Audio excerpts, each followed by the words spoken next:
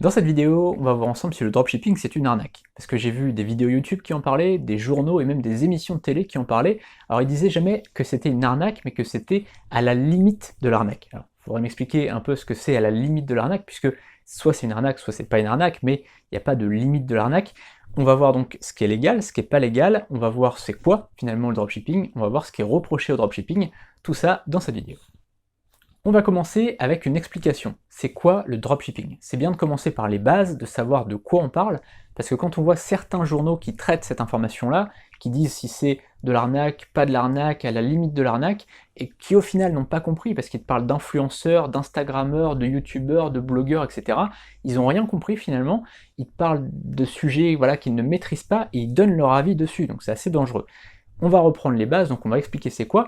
Précision, ça fait depuis 2014 que je fais du dropshipping, je n'ai jamais fait appel à un youtubeur, à un influenceur de quelque sorte que ce soit. Je fais du contenu, je crée des articles, je crée éventuellement des pubs, très très rarement, mais ça peut arriver. Maintenant, depuis quelques années, je n'en fais plus du tout, mais je n'ai jamais fait appel à des influenceurs. Donc arrêtez de dire que le dropshipping, c'est des influenceurs qui vendent sur les réseaux sociaux. C'est pas ça le dropshipping.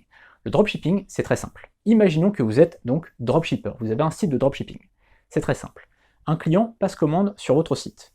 Vous, ce que vous allez faire, au lieu d'envoyer la commande au client, parce que vous n'avez pas de stock, vous allez passer commande au fournisseur qui va directement livrer le client sans facture. D'accord? Tout simplement. En fait, le fournisseur, au lieu de vous livrer et ensuite vous relivrer le client, au lieu de faire ça, et bien tout simplement, ça va faire directement du fournisseur au client final sans la facture, tout simplement, puisque bah, évidemment vous prenez votre marge. Si admettons vous vendez un produit 60 euros et vous l'avez acheté 20 euros au fournisseur, il ne va pas mettre sa facture de 20 euros, sinon le client saurait que vous l'achetez 20 euros, d'accord?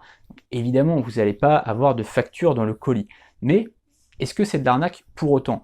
Parce que finalement, quand on achète un t-shirt, on va en reparler juste après, on parlera de tout ça, mais quand on achète un t-shirt chez H&M ou chez Jules, bon bah évidemment, le prix qu'on l'achète, c'est pas le prix que eux l'ont acheté au fournisseur. D'accord? Donc jusque-là, il n'y a pas d'arnaque. On va passer à la suite.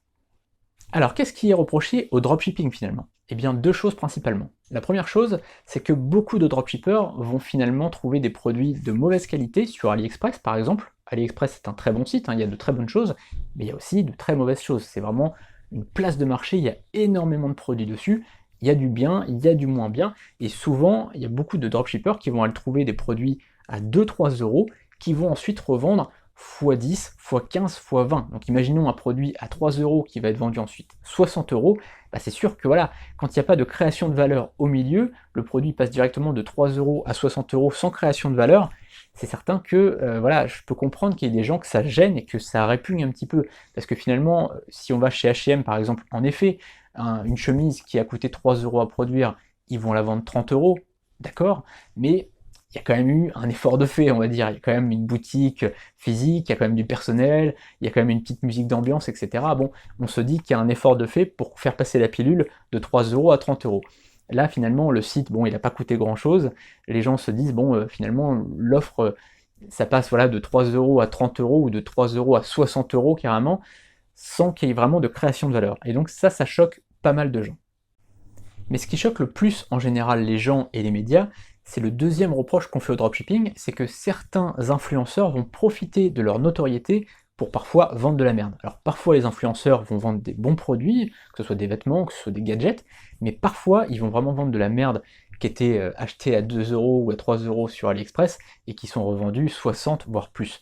Et c'est ça qui gêne en fait, c'est que non seulement bah, il y a une marge qui est totalement folle, mais en plus de ça, on va un peu mentir sur la qualité des produits. C'est-à-dire qu'il y a certains influenceurs parfois, sur Instagram, vous pouvez le voir parfois, sur YouTube, qui vont aller faire des promotions de produits sur des produits vraiment très très bas de gamme. Alors comment ça se passe? En général, soit les influenceurs ont créé leur propre site, ça arrive, mais le plus souvent, ils sont affiliés à un autre site et ils ont un code promo.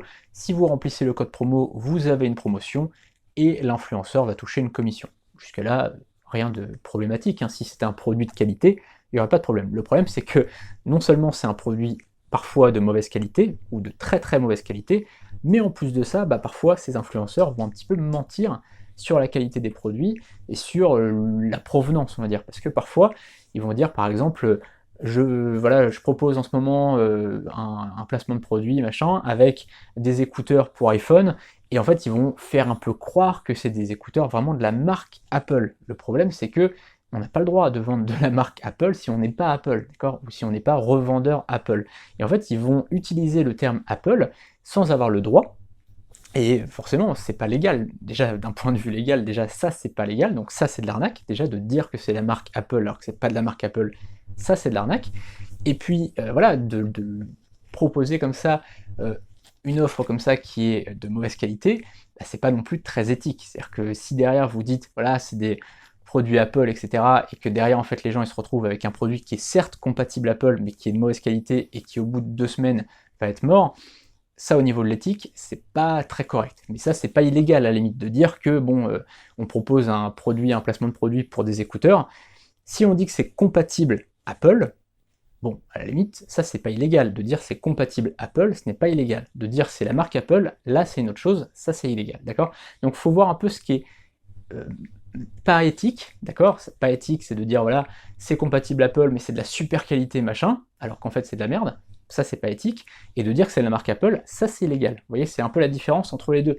Donc faut voir, est-ce que dans certains cas ils vont dire que c'est la marque Apple ou c'est la marque Tartampion et ça l'est pas, donc ça c'est illégal, ou est-ce que voilà ils vont un peu mentir sur la qualité du produit. Et ça c'est aussi souvent le cas, c'est-à-dire qu'il y a souvent des influenceurs qui vont dire ouais la qualité c'est super, moi je l'utilise tous les jours, etc. alors qu'en fait ils viennent de le recevoir et qu'ils l'ont jamais utilisé. Ça aussi, voilà, c'est pas très éthique, c'est pas très moral. Maintenant, c'est pas illégal. Alors maintenant, est-ce qu'on peut faire du dropshipping de façon éthique, de façon morale, on va dire? Bah oui, évidemment, on peut le faire. Déjà, au niveau du prix, on n'est pas obligé de faire du x10 ou du x20, hein, clairement. Déjà, on peut prendre une marge qui est suffisante pour pouvoir en vivre, forcément. Comme je disais, cette chemise, moi je sais pas, j'ai peut-être acheté 30 euros. Je pense que, je sais pas, je l'ai acheté chez H&M, je crois. Je pense que H&M l'a acheté entre 3 et 5 euros, je pense, dans ces eaux-là. Mais vous voyez, donc il y a forcément un x10 ou x5, mais ça reste quand même cohérent, vous voyez. Là, c'est pareil, essayez d'avoir une marge qui est cohérente, il faut quand même que vous réfléchissiez à ça. Après, évidemment, avec le volume, si vous achetez beaucoup, bah là, forcément, vous aurez des tarifications, vous pourrez même acheter un stock, là, c'est plus du dropshipping, mais vous pourrez acheter un stock et du coup acheter moins cher. Ça, c'est aussi une possibilité qui s'offre à vous quand vous commencez à bien réussir avec le dropshipping.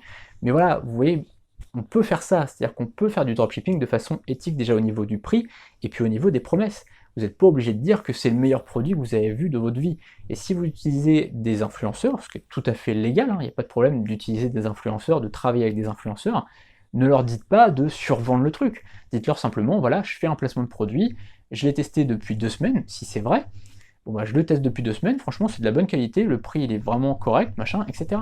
Vous voyez, vous pouvez très bien faire ça de façon éthique, de façon morale. Moi depuis 2014 je fais du dropshipping, j'ai jamais eu de problème avec un client, je touche du bois, hein, mais parce que j'ai jamais survendu le truc, j'ai jamais cherché à mentir sur mes pages produits, sur mes fiches produits elles sont carrées, et voilà, je fais en sorte que mes clients soient contents. Si jamais un client n'est pas content, là c'est pareil, c'est une chose importante. Si jamais un client n'est pas content, il me renvoie le produit et je rembourse. Ça arrive de temps en temps, ça peut arriver. Dans le dropshipping, ça arrive très très souvent. Moi, c'est vrai que dans mes pages produits, souvent, comme je suis très très clair, ça m'arrive quand même beaucoup moins souvent.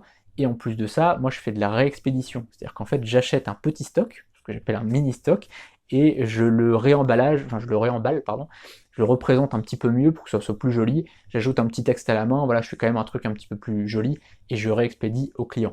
Donc c'est pas vraiment du dropshipping, moi je fais surtout du mini-stock, j'aime bien avoir un mini-stock d'à peu près 5 à 15 produits toujours chez moi, et en fait, comme ça, je le renvoie au client, ça me permet de pouvoir livrer en beaucoup moins de temps, première chose, parce que souvent le dropshipping c'est 3 semaines, 1 mois pour recevoir un produit.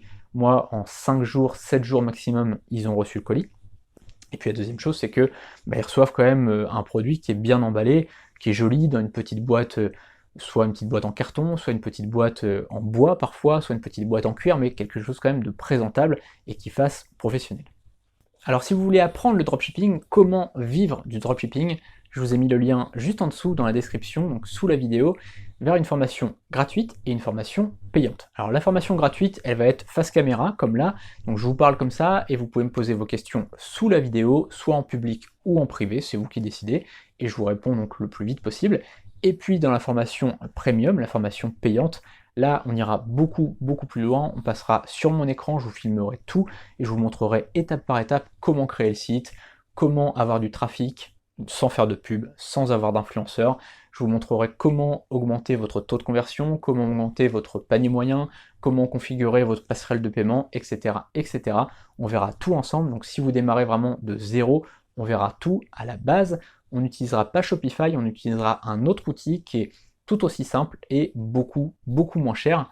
Le lien est dans la description, on va voir ça ensemble. N'hésitez pas à suivre au départ la formation gratuite avant de prendre la formation payante. Il y a une offre jusqu'à dimanche sur la formation premium, mais vous pouvez très bien attendre une prochaine fois, qu'il y ait une prochaine remise. J'en fais de temps en temps, donc n'hésitez pas à attendre, voilà, si en ce moment vous ne pouvez pas vous le permettre. A très bientôt pour une prochaine vidéo, n'hésitez pas aussi à vous abonner à la chaîne pour ne rien manquer des prochaines vidéos. Salut!